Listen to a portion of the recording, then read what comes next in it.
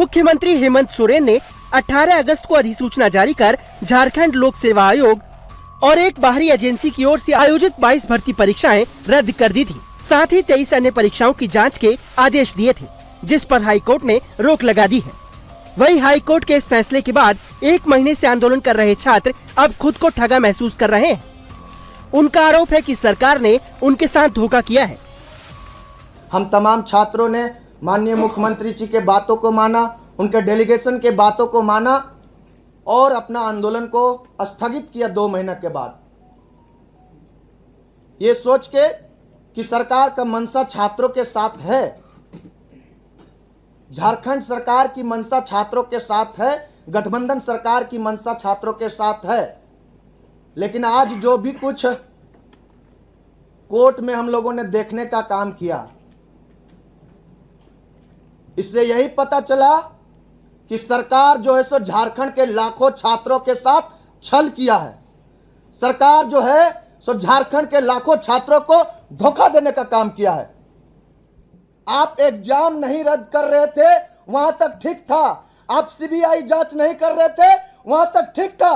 लेकिन अगर छात्रों के साथ ये जो धोखा किए हैं, एक नया लड़ाई अब शुरू कर दी हम तमाम छात्रों के साथ। इसका जवाब हम तमाम छात्र आपको देंगे।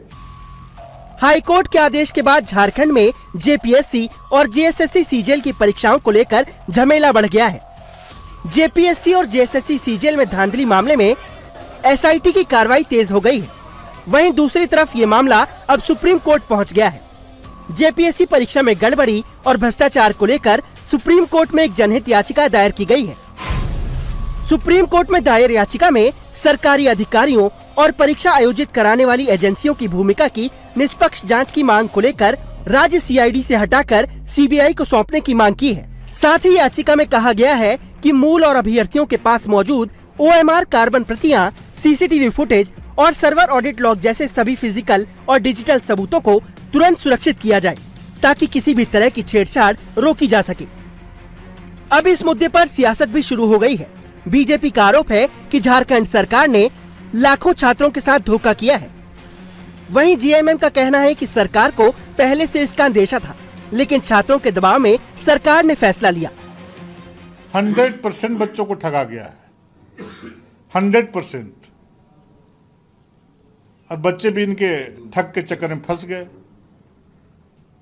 इनकी पहले से प्री प्लान था, सब लोग जानते थे, आम आदमी जानता था कि कोर्ट में जाने के बाद इनका जो परीक्षा बहाली का जो रद्द किया गया है वो स्टे होगा, और वही भी हुआ। अगर थोड़ी सी भी नैतिकता कांग्रेस में है तो माननीय मुख्यमंत्री जी पर, सरकार पर दबाव डाल करके सीबीआई के अनुशंसा जांच कराने का काम करें। इस तरह का अंदेशा था शायद, हमें लगता है, मैं अपनी तरफ से कह रही हूँ, मैंने पूछा नहीं है, शायद इसी वजह से विलम्ब हो रहा होगा, जिसके लिए लेकिन इतना दबाव और इतना मतलब कुछ लोग राजनीति कर रहे थे इसको लेकर, चीज़ों को समझने की कोशिश ही नहीं कर रहे थे। मुझे लगता है कि शायद इसी का अंदेशा होगा, जिसकी वजह से उस समय विलम्ब हो रहा था डिसीजन लेने में।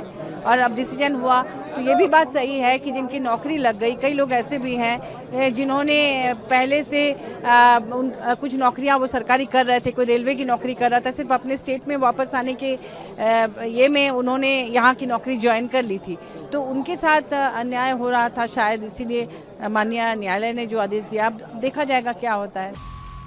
हाईकोर्ट के आदेश के बाद जहां एक तरफ जेपीएससी कर्मचारियों ने राहत की सांस ली, वहीं अब 1 महीने तक आंदोलन करने वाले छात्रों को बड़ा झटका लगा है। ऐसे में अब आंदोलनकारी छात्रों को सुप्रीम कोर्ट से आस है कि वो पूरे मामले की जांच सीबीआई से कराकर छात्रों को न्याय दिलाएगा।